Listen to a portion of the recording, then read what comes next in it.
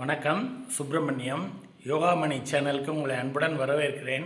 இன்றைக்கி சமையல் குறிப்பில் நம்ம பார்க்க போகிறது பாசிப்பருப்பு ரசம் எப்படி பண்ணுறதுன்னு பார்க்கலாம் வாங்க. அனைவருக்கும் அன்பு வணக்கம். திருமதி சுப்பிரமணியம்.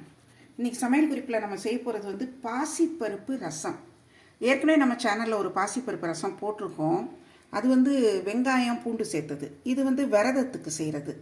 வெங்காயம் பூண்டு இல்லாமல் இதை ஆந்திரா பக்கம் பப்பு சாறுன்னு சொல்லுவாங்க. கர்நாடகா சமையல்லையுமே உடுப்பி பக்கம்லாம் சாறுன்னு தான் சொல்லுவாங்க. இதுக்கு என்னென்ன எடுத்து வச்சுருக்கேன்னு பாருங்கள். ஒரு அரை கப் பாசிப்பருப்பு எடுத்து வச்சுருக்கேன். குக்கரில் தண்ணி வச்சுருக்கிறேன். அதில் முதல்ல இந்த பாசிப்பருப்பை போட்டுறேன். ஒன்றுனா இதில் சேர்த்துறேன். இப்போது பாசிப்பருப்பு சேர்த்துட்டு 2 பச்சை மிளகாய் நறுக்கி வச்சுருக்கிறேன், அதை போட்டேன். இஞ்சி ஒரு 2 டீஸ்பூன் அளவு துருவி வச்சுருக்கிறேன். இந்த பாசிப்பருப்போட இந்த இஞ்சி சேர்றப்போ நல்ல அந்த ஃப்ளேவர் ரொம்ப நல்லாயிருக்கும். அடுத்தது பார்த்திங்கன்னா கொஞ்சம் மஞ்சத்தூள், கொஞ்சம் பெருங்காயம், திரும்ப தாளிக்கையிலையும் கொஞ்சம் பெருங்காயம் சேர்ப்போம்.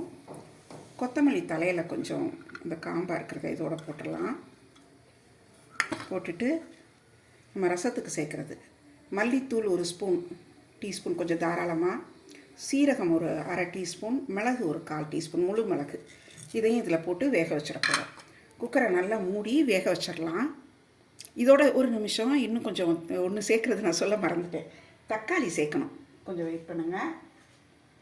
தக்காளி ஒரு 3/4 கப் தக்காளி பொடியாக நறுக்கி வச்சுருக்கிறேன். அதையும் இதில் சேர்த்துறேன். சேர்த்துட்டு குக்கரை மூடி வெயிட் போட்டு வேக வச்சிடலாம். குக்கரில் ப்ரெஷர் நல்லா அடங்கிடுச்சு. நல்லா 5 விசிலுக்கு மேலே வர வச்சேன். ஆனால் பருப்பு நல்லா வேகணுங்கிறதுனால நல்லாவே வெந்திருக்குது. இதை நல்லா கிண்டி விடலாம். கொஞ்சம் நல்லா மசிச்சு விட்டுக்கணும்.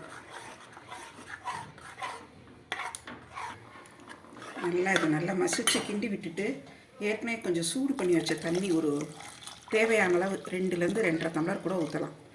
இது சில பேர் பார்த்திங்கன்னா ஒரு சூப் கன்சிஸ்டன்சியில் தான் வைப்பாங்க. நமக்கு கொஞ்சம் தெளிவாக இருக்கட்டும் ரசங்கிறதுனால நான் கொஞ்சம் கூடுதலாக தண்ணி ஊற்றுறேன். இருந்தால் கூட நம்ம சாதாரணமாக வைக்கிற ரசம் மாதிரி இது ரொம்ப தெளிவாலாம் இருக்காது. பருப்பு சாறுன்னு சொல்கிறோம் இல்லையா, அதனால் இப்படி அடிவிட்டு இப்படி நல்லா கிண்டி விட்டு தான் நம்ம ஊற்றிக்குவோம் சாதத்தில். தேவையானதை உப்பு சேர்த்துடலாம். சேர்த்துட்டு நல்லா கொதிக்கட்டும். இது கொதித்ததுக்கப்புறம் அப்புறம் தாளிதம் பண்ணலாம்.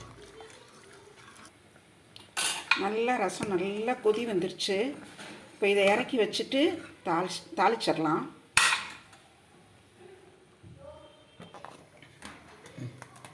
அடுப்பில் ஒரு பேன் வச்சு தேங்காய் எண்ணெய் ஊற்றுறேன். இதுக்கு தேங்காய் எண்ணெயில் தாளிதம் பண்ணால் ரொம்ப நல்லாயிருக்கும். அதனால தான் தேங்காய் எண்ணெய் ஊற்றுறேன். தேங்காய் எண்ணெய் வேண்டான்னு நினைக்கிறவங்க நீங்கள் எப்போவும் ஊற்றுற எந்த வெஜிடபிள் ஆயில் அந்த மாதிரி ஊற்றிக்கலாம். நெய் விட்டு தாளித்தா கூட ரொம்ப நல்லாயிருக்கும். நான் தேங்காய் எண்ணெய் சேர்த்துருக்குறேன். இந்த எண்ணெய் கொஞ்சம் காயட்டும். எண்ணெய் காஞ்சிடுச்சு. ஒரு ஸ்பூன் கடுகு உளுந்தம் பருப்பு, ஒரு ஸ்பூன் நிறக்க சீரகம் எடுத்துருக்கிறேன். நல்லா வெடிக்கட்டும்.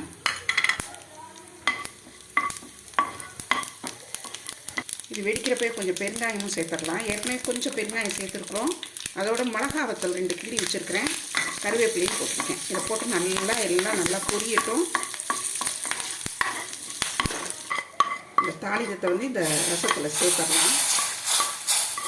நல்ல வாசனையாக இருக்கும். அந்த இஞ்சி சேர்த்துருக்கிறதுனால ஜீரணத்துக்கு அவ்வளோ நல்லது. இந்த குளிர்காலத்துக்கு மழை காலத்துக்கு அதுக்கெல்லாம் இது சாப்பிட்றப்போ ரொம்ப நல்லாயிருக்கும். இதை அடுப்பை அணைச்சிட்டு பச்சை கொத்தமல்லி நல்லா மேலே தூவி விட்டுறலாம். தூவிட்டு எலுமிச்சம்பழம் ஒரு முழு பழம் எடுத்து வச்சுருக்கிறேன். அந்த சாறை நல்லா இதில் சேர்த்து விட்டுறலாம், பிழிஞ்சு விட்டுறலாம்.